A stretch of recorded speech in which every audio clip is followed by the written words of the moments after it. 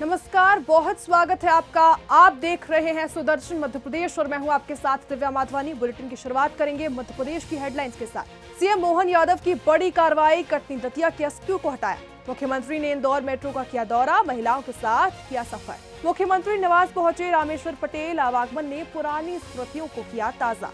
अब जानेंगे खबरें विस्तार से। मध्य प्रदेश के मुख्यमंत्री मोहन यादव ने राज्य की पुलिस व्यवस्था में एक कड़ा कदम उठाते हुए रविवार को 4 आईपीएस अधिकारियों को उनके पदों से तत्काल प्रभाव से हटा दिया। इस फैसले से पूरे पुलिस महकमे में हलचल मच गई है।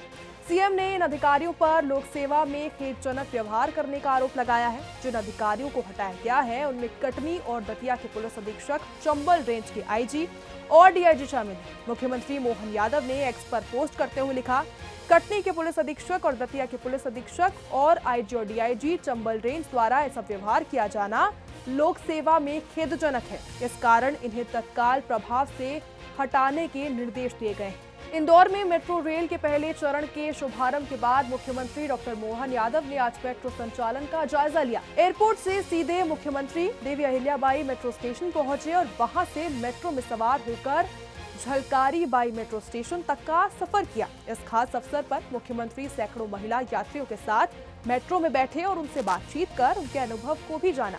उन्होंने मेट्रो के इंजन में जाकर संचालन की व्यवस्थाएं भी देखी और अधिकारियों से तकनीकी जानकारी भी ली। स्टेशन पहुंचते ही मुख्यमंत्री ने लोकमाता देवी अहिल्याबाई होलकर की प्रतिमा पर माल्यार्पण कर उन्हें नमन किया। इस मौके पर नगरीय विकास मंत्री कैलाश विजयवर्गीय, जल संसाधन मंत्री तुलसीराम सिलावट, सांसद शंकर लालवानी, महापौर पुष्यमित्र भार्गव और अन्य प्रतिनिधि भी मौजूद रहे। आपको बता दें कि प्रधानमंत्री मोदी ने आज ही भोपाल से महिला सशक्तिकरण महासम्मेलन के मंच से इंदौर मेट्रो के पहले चरण का उद्घाटन किया। करीब 1520 करोड़ की लागत से बनी ये येलो लाइन मेट्रो फिलहाल 6 किलोमीटर रूट पर चलेगी, जिसमें एक ट्रेन में 900 से ज्यादा यात्री सफर कर सकते हैं। मेट्रो की अत्याधुनिक सुविधाओं से लैस किया गया है इसे, और जिसमें लिफ्ट, एक्सीलेटर, एआई ट्रैकिंग और क्यूआर कोड आधारित टिकटिंग शामिल है। ये मेट्रो इंदौर के स्मार्ट भविष्य की दिशा में एक मजबूत कदम मानी जा रही है।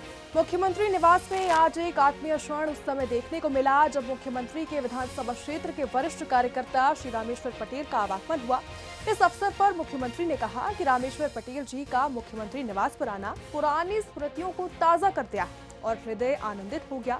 मुख्यमंत्री ने बताया कि निवास में गोपालन से जुड़ी जानकारी जानने की उत्सुकता दिखाते हुए श्री पटेल ने स्वयं गौशाला सहित पूरे परिसर का भ्रमण करने की इच्छा जताई, जिससे सहर्ष स्वीकार किया गया। मुख्यमंत्री ने कहा, यह हमारे आतिथ्य की परंपरा का अभिन्न हिस्सा है कि हमने अपने वरिष्ठ कार्यकर्ताओं का स्वागत सम्मान पूर्वक हमेशा से हम करते हैं। उन्होंने आगे कहा कि उनका आवागमन पुरानी यादों की चर्चा और आत्मीय मुलाकात ने हृदय को अभिभूत कर दिया।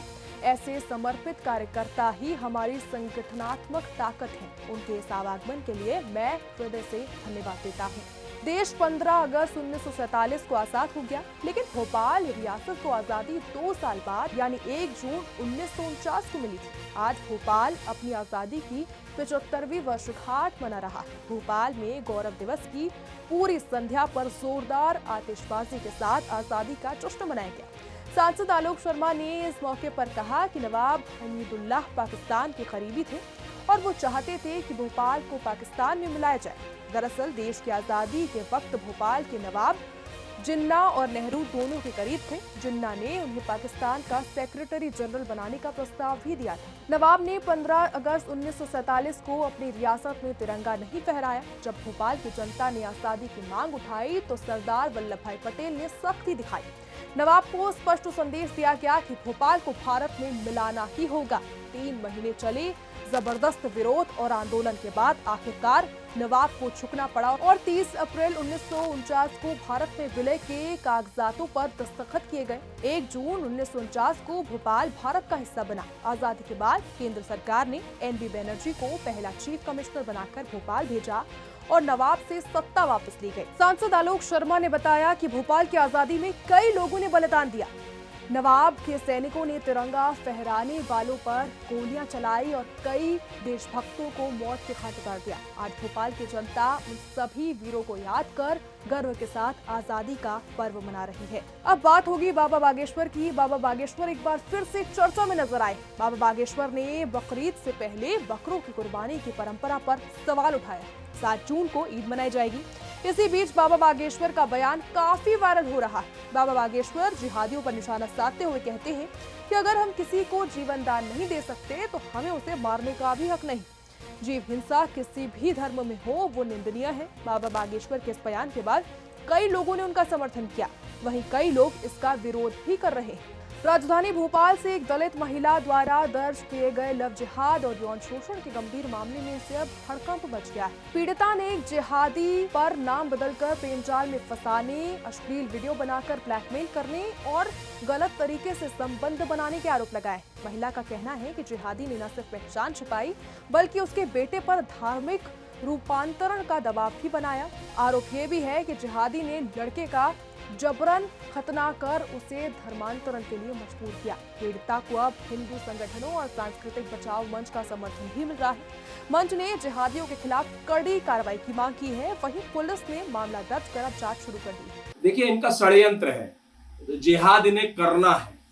जब हम 5 और हमारे 25 पैदा होंगे तो पंचर ही सुधारोगे, मैकेनिक ही बनोगे, कोई ऑफिसर नहीं बनने वाले।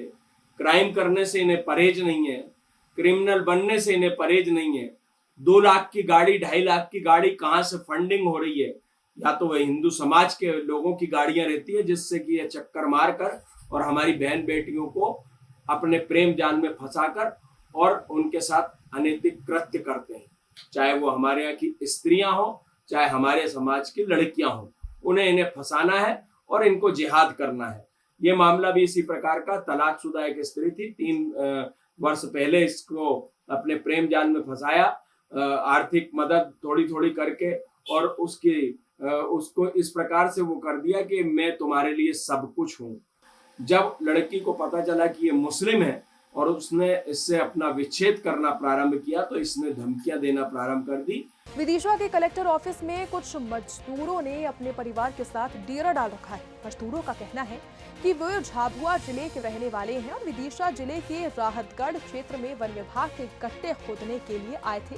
लगभग 1 से 1.5 महीने उन्होंने काम किया।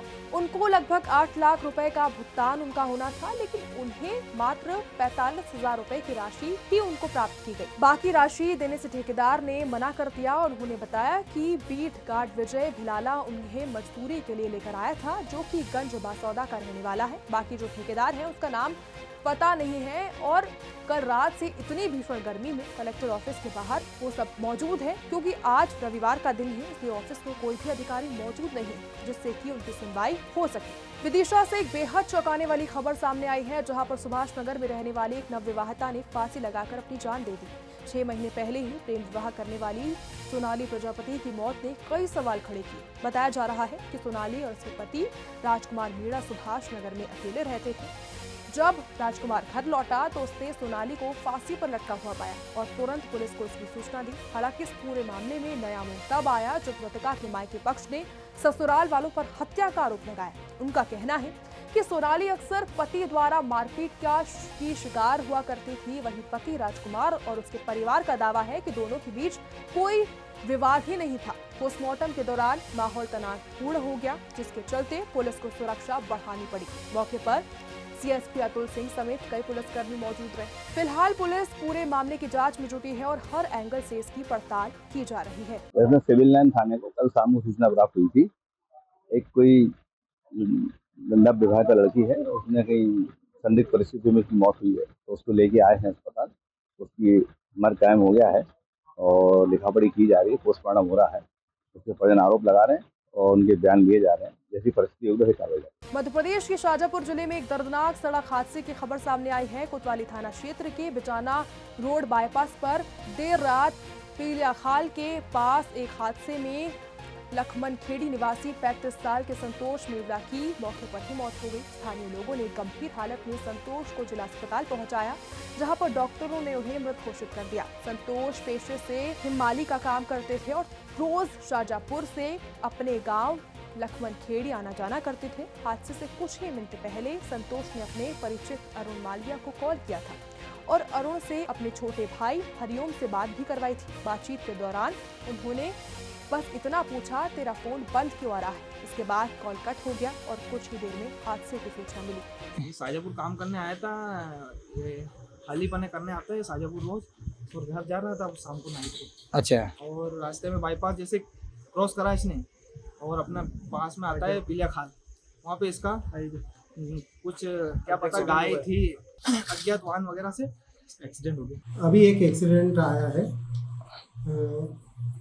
संतोष पिता पर्वत सिंह, जाति बलाई, उम्र 35 साल, निवासी लखमन खेड़ी का है, जो अभी एक्सीडेंट होने से लाया गया, जिसको डॉक्टर द्वारा चेक करते मृत घोषित पाया गया है और मर्चुरी रूम भिजवाया गया है। आगे की कार्रवाई जारी है। शाजापुर जिले के शुजालपुर मंडी थाना अंतर्गत फतेहपुर गांव में रिंकू मेवरा पर गांव में ही जमीन विवाद को लेकर कुछ लोगों ने जानलेवा हमला कर लूट की घटना को अंजाम दिया है। रिंकू मेवरा का आरोप है कि शुजालपुर मंडी थाना प्रभारी द्वारा आरोपियों को बचाने का प्रयास किया जा रहा है। उनकी रिपोर्ट दर्ज करने में भी अनियमितता बरती गई, जिनमें सामान्य धाराओं में मामला दर्ज किया गया। इसके अलावा उनकी सुनवाई भी ठीक से नहीं हो पा रही है। रिंकू मेवरा ने न्याय की गुहार लगाई है और आरोपियों के खिलाफ कड़ी कार्रवाई की मांग की है। उन्होंने कहा कि जब तक आरोपियों को सजा नहीं मिलेगी तब तक उन्हें न्याय नहीं मिलेगा। फिलहाल के बुलेटिन में बस इतना ही। मध्य प्रदेश की तमाम खबरों के लिए देखते रहिए सुदर्शन मध्य प्रदेश। जय हिंद।